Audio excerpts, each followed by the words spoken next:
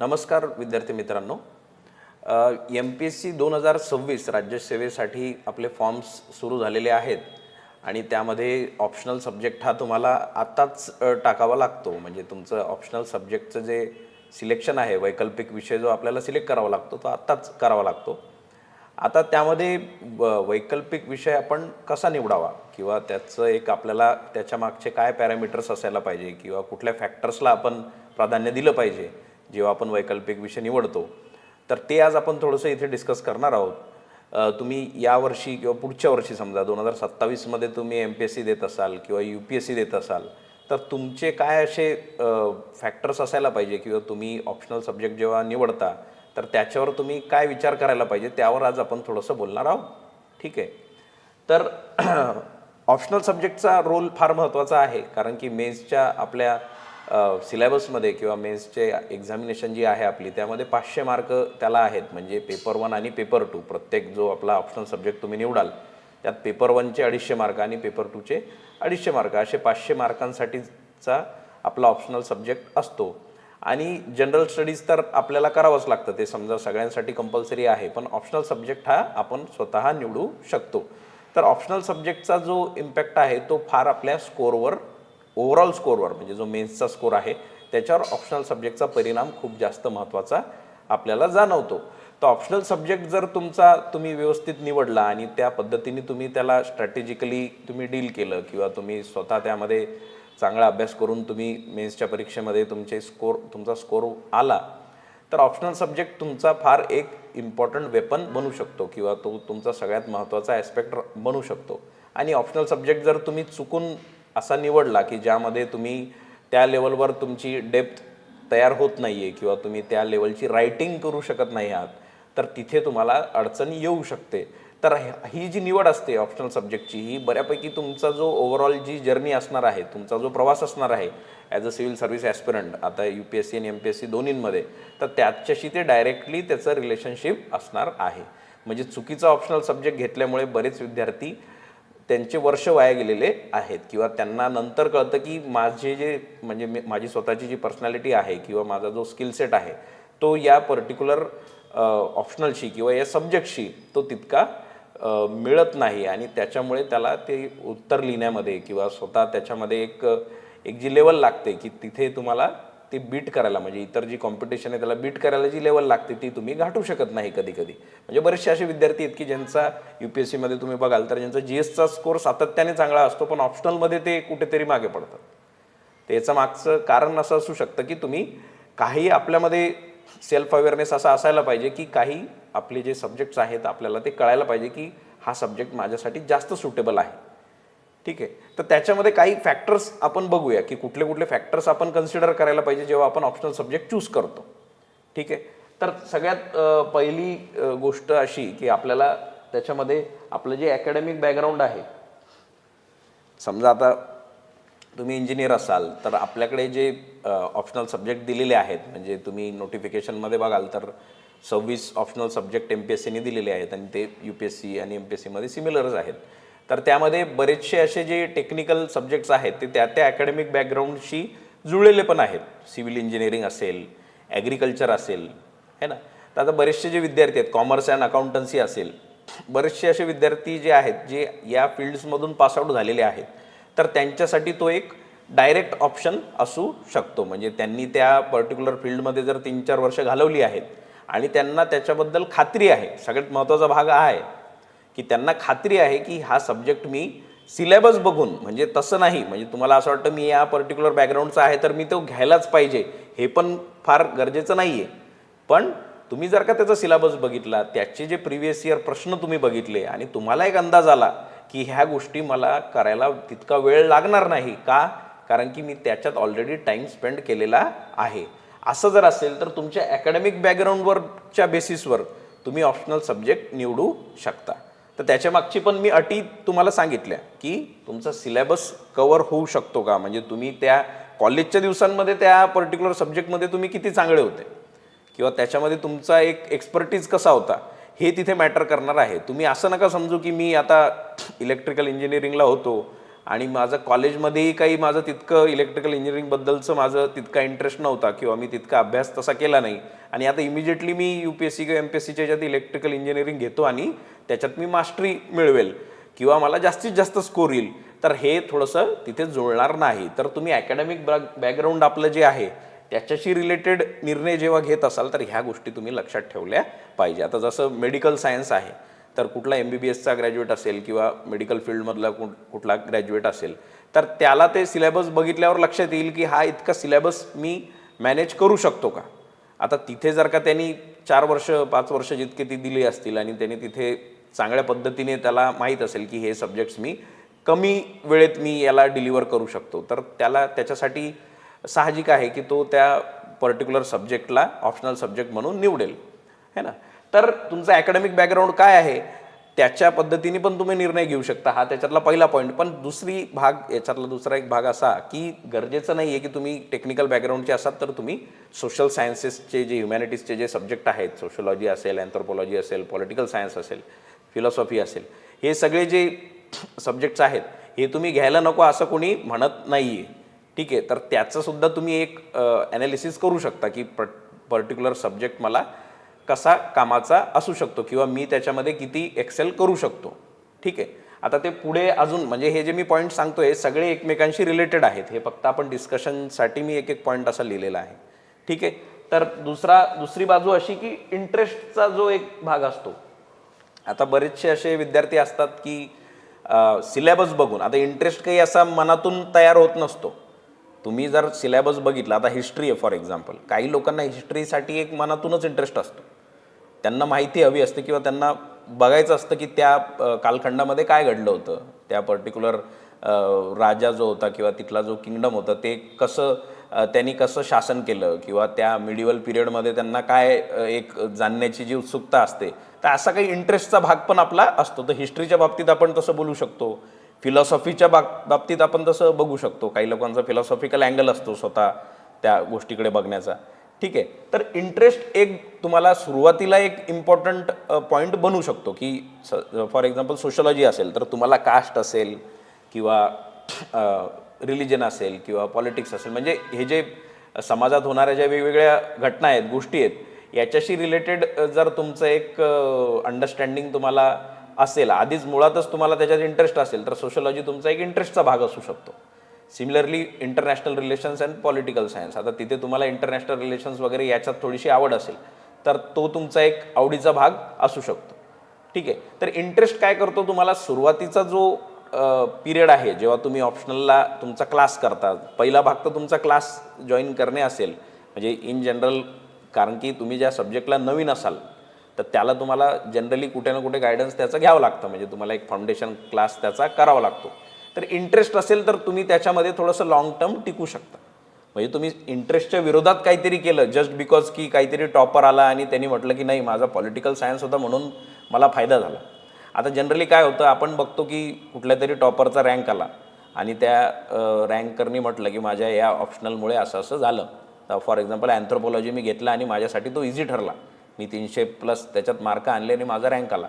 तर तुम्ही as a new aspirant कोणाकडे बघून असं त्या अर्थाने इन्फ्लुएन्स होता कामा नये. तुम्हाला ते समजलं पाहिजे की तुमचा इंटरेस्ट त्याच्यामध्ये आहे का, है ना. एका पर्टिक्युलर व्यक्तीची जर्नी फार वेगळी असते. प्रत्येक व्यक्ती जो असतो या सिव्हिल सर्व्हिसच्या प्रिपरेशनमध्ये त्याची स्वतःची एक जर्नी असते. तर तुम्ही दुसऱ्याकडे बघून जर या ऑप्शनल सब्जेक्टची वगैरे निवड करत असाल तर कृपया तसं करू नका. थोडंसं आपल्या इंटरेस्टबद्दल पण विचार करा. आणि इंटरेस्ट पाठोपाठ एक गोष्ट तुम्हाला लक्षात घ्यावी लागेल की इंटरेस्ट जरी असेल पण मेहनत तितकीच करावी लागते. तुम्हाला तिथे त्या ऑप्शनल सब्जेक्टमध्ये तुमचं पुढचे पॉईंट्स आपण बोलणारच आहोत की तिथे रिसोर्सेस काय आहेत, तुम्हाला किती रिसोर्सेस अवेलेबल आहेत, तुमचं माध्यम काय आहे, इंग्लिश आहे की मराठी आहे, तर मराठीमध्ये काय काय त्याच्याबद्दलचे रायटर्स किंवा थिंकर्स जे आहेत किंवा जे पुस्तकं आहेत ती मला अवेलेबल आहेत का, किंवा त्या व्यक्तींनी लिहिलेली जी पुस्तकं आहेत ती माझ्या सिलेबससोबत किती मॅच होत आहेत, ह्या सगळ्या गोष्टी ज्या आहेत की रिसोर्सेस किती अवेलेबल आहे, गायडन्स काय आहे, ते सुद्धा मॅटर करेल. म्हणजे इंटरेस्टचा भाग आहेच, पण इंटरेस्ट सोबत इतर भागसुद्धा तुम्हाला समजला पाहिजे, ठीक आहे. तर हा एक इंटरेस्टचा अँगल आपण इथे बघितला. म्हणजे लोकांचं असतं काही, म्हणजे तुम्ही फक्त असं करू नका की मला खडकांमध्ये आणि याच्यात इंटरेस्ट आहे तर मी थोडं जिओलॉजी घेतो, पण तुम्ही सिलेबस बघितला आणि तुम्हाला कळालं हे तर फार वास्ट आहे, माझ्याकडून तर हे शक्य नाही, तर इंटरेस्ट पण कधी कधी फार सुपरफिशियल असू शकतो. तर इंटरेस्टला थोडंसं एक व्यवस्थित याच्यामध्ये समजा की इंटरेस्ट कशा पद्धतीने तुम्ही त्याला इंटरेस्टचा फायदा घेऊ शकता. Interest can be superficial also, आहे ना. तुम्ही स्वतःला त्याच्यामध्ये म्हणजे न कळत फसवू शकता की माझा इंटरेस्ट होता म्हणून मी घेतला, नंतर तुम्हाला तो झेपत नाही आहे, अशी पण गोष्ट घडू शकते. तर हा एक फॅक्टर महत्त्वाचा होता, तो मी इथे बोललो. पुढचा एक भाग याच्यामध्ये आपण बघतो तो आहे की GSचे जे आपले पेपर आहेत किंवा GSचा जो आपला सिलेबस आहे त्याच्याशी किती त्याचं रिलेशनशिप आहे किंवा तिथे ओव्हरलॅप किती आहे ना. आता पॉलिटिकल सायन्स जर तुम्ही बघितला तर त्याचा GS2 मध्ये तुम्हाला फायदा होईल. म्हणजे पॉलिटिकल सायन्सचा GS2 मध्ये एक इम्पॅक्ट राहील, म्हणजे पॉलिटीचा जो ॲस्पेक्ट आहे, इंटरनॅशनल रिलेशनचा जो ॲस्पेक्ट आहे. तसंच तुम्ही बघितलं तर सोशोलॉजीचा प्रत्येक पेपरमध्ये काही ना काही रेलेव्हन्स तुम्हाला मिळेल. म्हणजे GS1 मध्ये सोसायटी आहे ना. एस्सेमध्ये तुम्हाला एक सोशोलॉजिकल जो एसेज वगैरे येतात तिथे सोशोलॉजीचा खूप महत्त्वाचा इम्पॅक्ट तुम्हाला दिसेल, है ना. सोशल जस्टिसशी रिलेटेड जो पार्ट आहे GS2 मध्ये तिथे पण तुम्हाला त्याचा एक फॅक्टर तुम्हाला जाणवेल. तर ओव्हरऑल आपल्याला हे कळालं पाहिजे की आपण जो एक ऑप्शनल सब्जेक्ट घेत आहोत तो ऑप्शनल सब्जेक्ट GS मध्ये आपल्याला किती रेलेव्हंट राहणार आहे.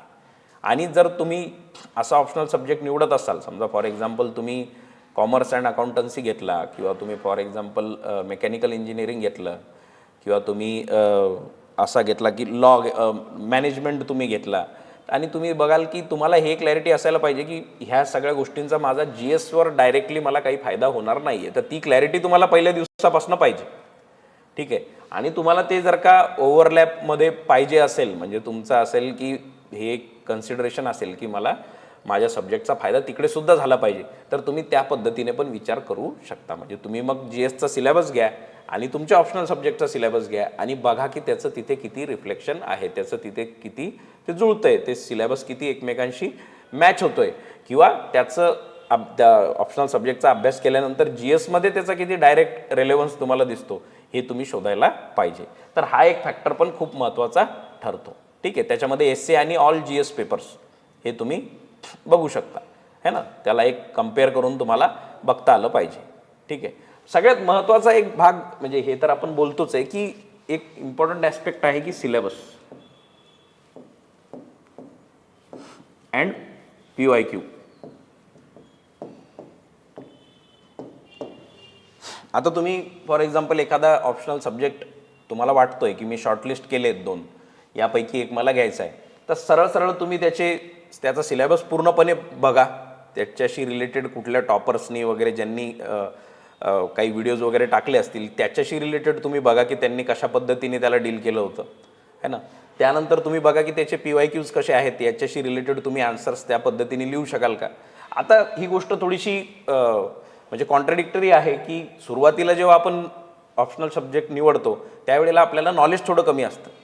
आपल्याला पूर्ण प्रोसेसबद्दल आणि पूर्ण जो सिलेबस आहे त्याच्याशी आपण तितके यूज टू झालेलो नसतो आणि त्यावेळेला आपण ऑप्शनल सब्जेक्ट निवडतो, तर चूक तिथे जनरली होते. ठीक आहे. तर एक सिलेबस आणि PYQचा भाग थोडासा लक्ष द्या, त्याच्याकडे थोडा टाईम स्पेंड करा, गडबड करू नका. आपण आता जे MPSCचा जो तुमचा आहे म्हणजे आपल्याला 20 तारखेपर्यंत मला वाटते फॉर्म भरायचा आहे, तर त्याच्यामध्ये तुम्ही 31 मेला जी प्रिलिम्स आहे त्यानंतर जो तुमचा एक पिरियड तुम्हाला मिळेल, मेन्ससाठी जो पिरियड मिळेल, तिथे तुम्ही बघा की कुठला सब्जेक्ट तुमची प्री निघाली तर किती तुमच्यासाठी फायद्याचं ठरेल, तशा पद्धतीने तुम्ही सब्जेक्ट निवडा. जर तुम्ही याआधी मेन्सचा अभ्यास केला नसेल तर, आणि ओव्हरऑल जे स्टुडंट आहेत जे बघतायत की ज्यांना पुढच्या वर्षी किंवा त्याच्या पुढच्या वर्षी ऑप्शनल घ्यायचं आहे, त्यांनी ह्या सगळे फॅक्टर्स थोडेसे त्याच्याकडे लक्ष द्यायला पाहिजे. ठीक आहे. तर syllabus and PYQ is extremely important. ठीक आहे. पुढचा भाग त्याच्यामध्ये रिसोर्सेस. आता मी जे बोललो की रिसोर्सेस बघा की तुम्हाला त्या याच्यामध्ये समजा तुमचं मीडियम ऑफ लँग्वेज रायटिंग जे आहे ते जर मराठी आहे आणि तुम्ही एखाद सब्जेक्ट घेतला, समजा फॉर एक्झाम्पल पॉलिटिकल सायन्स घेतला, तर तुम्हाला त्याच्याशी रिलेटेड रिसोर्सेस किती अवेलेबल आहे. आता त्याचा करंट अफेअर्सचा सुद्धा भाग येतो. UPSCच्या दृष्टिकोनातून जर बघितलं तर MPSCचा आतापर्यंत आपल्याला माहिती नाही, कारण की आतापर्यंत एकही मेन्सचा पेपर झाला नाही आहे, है ना. तर तर तो करंटचा भाग आहे, तर त्याला तुम्हाला कसं अवेलेबल होईल, ते रिसोर्सेस तुम्हाला मिळतील का पॉलिटिकल सायन्सचे, तर ह्या गोष्टी तुम्ही स्वतःच्या याच्यानी तुम्ही बघितल्या पाहिजे. असं नको की पुढे जाऊन तुम्ही घेतला आणि मग आता रिसोर्सेसच अवेलेबल नाही आहेत, ह्या गोष्टी व्हायला नको. हेच same goes with the technical optionals as well. म्हणजे ज्या ज्या तुमचे कॉलेजचे सब्जेक्ट आहेत त्या जर का तुम्ही ऑप्शनल तोच निवडला, तसं लॉ असेल तर त्याला तुम्हाला त्याच्याशी रिलेटेड जे रिसोर्सेस आहेत, जे जे तुम्हाला पुस्तकं लागतील, जी वेगवेगळ्या रायटर्सची पुस्तकं जी तुम्हाला लागतील किंवा सिलेबसची धरून जे तुम्हाला पुस्तकं लागतील, ती तितकी अवेलेबल आहेत का, किंवा अवेलेबल असल्यानंतर त्याचं तसं गायडन्स पण आहे का, हे सुद्धा तुम्हाला बघायला पाहिजे. ठीक आहे. तर resources is also one of the matter depending on की तुम्ही कोणत्या लँग्वेजमध्ये अटेम्प्ट करणार आहात. ठीक आहे.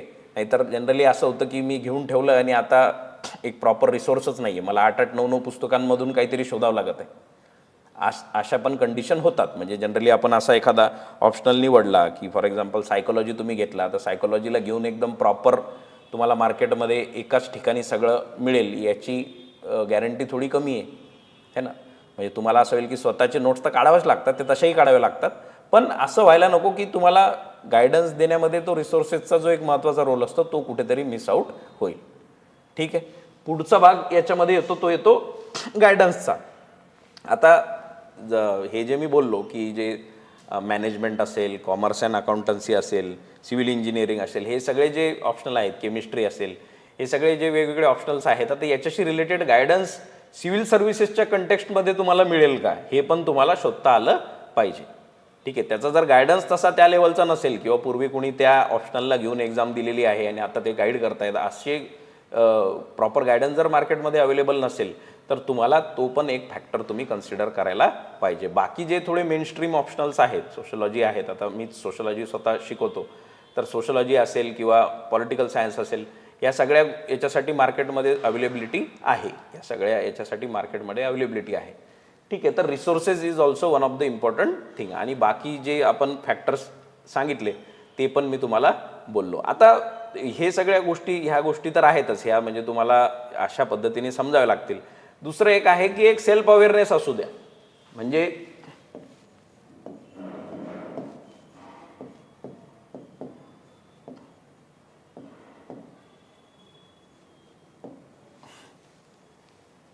सेल्फ अवेअरनेस असू द्या.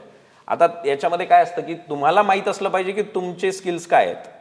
म्हणजे कोणाचं असतं की मला पाठांतर खूप चांगल्याने जमतं, कोणाचं असतं की मी कॉन्सेप्च्युअली फार जास्त स्वतःला प्रेझेंट करू शकतो. तर तुम्ही त्या पद्धतीने आपला ऑप्शनल निवडण्यामध्ये तो एक फॅक्टर बघा. की म्हणजे काही असतं की माझी रायटिंग स्किल्स आधीपासूनच खूप चांगल्या आहेत, तर मला फक्त सब्जेक्ट शिकण्याची गरज आहे. तर त्या रायटिंग स्किल्स त्या सब्जेक्ट शिकता शिकता अजून इम्प्रूव्ह होतं. तर तुम्हाला पण स्वतःचं एक जाणीव असली पाहिजे की मला काय येतं, त्या पद्धतीने तुम्ही एक निवड त्यामध्ये करू शकता. जनरली काय होतं की आपण बाहेरच्या गोष्टींमध्ये ऐकून आपला निर्णय घेतो. अरे यावर्षी फिलॉसॉफीचा एक टॉपर आला तर मी फिलॉसॉफी घेतो. आता तुम्ही फिलॉसॉफीचा सब्जेक्ट बघितला आणि त्याचे पुस्तकं बघितले तर तुम्हाला लक्षात येईल की it is a very vast subject. मी असं म्हणत नाही की घेऊ नका, पण तुम्ही एक फारच सुपरफिशियल लेवलवर जर का निर्णय घ्यायला लागले तर ते निर्णय तुम्हाला महाग पडू शकतात. ठीक आहे. तर बी अवेअर, थोडंसं एक सेल्फ अवेअरनेस स्वतःचा असू द्या. सिलेबसकडे बघा, PYQs बघा. आणि सिम्पल एक सांगतो की थोडंच फार तुम्ही GS वाचायला लागलेत ना, तर तुम्हाला GSच्या सब्जेक्ट्सून लक्षात येईल की तुम्हाला कुठल्या याच्यामध्ये तुमची रुची आहे, कुठल्या याच्यामध्ये तुमचा थोडासा इंटरेस्ट आहे, तो GSच्या सब्जेक्ट्समधून तुम्हाला थोडं लक्षात येईल. आणि तो जो एक मी अकॅडमिक बॅकग्राऊंडचा भाग सांगितला की तो तुम्ही जर कुठल्या ॲग्रिकल्चर बॅकग्राऊंडचे असाल आणि तुम्हाला माहिती आहे की हा सब्जेक्ट ॲग्रिकल्चरला मी कॉलेजमध्ये खूप चांगल्याने केलेला आहे आणि मला इथे पण त्या गोष्टीचा फायदा होईल, तर तो तुमचा व्यक्तिगत निर्णय आहे की तुम्हाला तो घ्यायला पाहिजे. मग पण तुम्ही तिथे बेस्ट असायला पाहिजे त्याच्यामध्ये. त्यात जर का तुम्ही ऑर्डिनरी होते, कॉलेजमध्ये पण तुम्ही ऑर्डिनरी होते, तर तुम्ही इथे ऑर्डिनरीच राहणार आहे. त्यापेक्षा तुम्ही बघा की दुसरा कुठला तुम्हाला सूट होणार आहे. ठीक आहे. 500 मार्काचा विषय आहे. बेसिकली तुमची जी पूर्ण UPSCची MPSCची जी जर्नी आहे ती सगळी त्या ऑप्शनल सब्जेक्टवर डिपेंड राहणार आहे. काही वर्षानंतर तुम्ही असं रडायला नको की माझी चूक झाली. असे बरेच विद्यार्थी आहेत की जे फक्त त्या ऑप्शनलमध्ये त्यांचे मार्क्स वाढायचे नाही, म्हणजे मेन्समध्ये वारंवार GSमध्ये स्कोअर घेऊन पण ऑप्शनलमध्ये मार्क्स न वाढल्यामुळे ते प्रोसेसच्या बाहेर गेले. ठीक आहे. किंवा मग नंतर 3ऱ्या-4थ्या अटेम्प्टला 5व्या अटेम्प्टला काहीतरी मी माझा ऑप्शनल चेंज करतो, मग ते वेगळं दडपण. ह्या सगळ्या गोष्टी जर तुम्हाला पुढे जाऊन त्याचा त्रास तुम्हाला व्हायला नको याच्यासाठी तुम्ही आताच त्याच्यावर थोडं गांभीर्याने विचार करा, थोडंसं एक प्रॉपर ॲनालिसिस करा आणि काही पहिले शॉर्टलिस्ट करा आणि ह्या सगळे जे फॅक्टर्स आपण जे बोललो आहे त्या फॅक्टर्सला तुम्ही धरून आपला निर्णय घ्या. सोशलॉजी जर तुमचा वैकल्पिक विषय तुम्ही निवडत असाल तर त्याच्याशी रिलेटेड तुम्ही सोशलॉजी का घ्यावा किंवा त्याचे काय फायदे आहेत हे आपण नंतर कधी दुसऱ्या एखाद्या व्हिडिओमध्ये आपण त्यावर बोलूया. ठीक आहे.